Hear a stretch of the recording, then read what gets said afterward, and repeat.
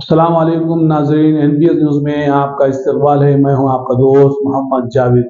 हम रखिए खबरों पर नज़र, आप रखिए खबरनामे। రోజు 7:45 బహదూర్పుర ఎక్స్ రోడ్ కిషన్ బాగ్ రోడ్ మీద కర్తలు టెలిఫోన్ చేయడంతో మా కార్పొరేటర్స్ మొహమ్మద్ ఖాదర్ గారు మరి హుసేని పాషా గారు చేరుకున్నారు. అదేవిధంగా ఫైర్ ఆఫీసర్స్ను టెలిఫోన్ చేసి ఇమీడియట్గా బండ్లు తెప్పించి ఇక్కడ అగ్ని జరిగిన చోటు దానికి చేయడం జరిగింది.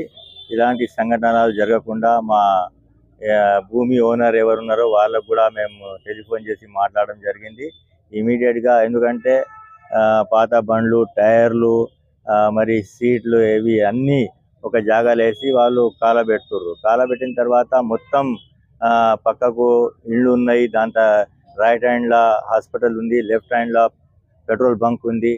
అది చూసుకుంటూ మరి ఈ విధంగా మళ్ళీ ఒకసారి కాకుండా చూసుకోవాల్సిన బాధ్యత మా పైన కూడా ఉంది. కాబట్టి మేము వాళ్ళకి అధికారులు కూడా చెప్పడం జరిగింది. ఇమీడియట్గా దీనికి 2-3 రోజుల్లో మొత్తం ఇక్కడ ఉన్నటువంటి కార్ఖానాను మొత్తం ఖాళీ చేయాలని వాళ్లకు కోరడం జరిగింది. వాళ్ళు కూడా ఒప్పుకున్నారు, ఇమీడియట్గా మేము ఖాళీ చేస్తామని. లేకపోతే మేము కానూని కార్వాయి చేసి దానికి మళ్ళా సీల్ చేయాల్సి వస్తుందని వాళ్ళకు ఫుల్గా చెప్పేసినాం.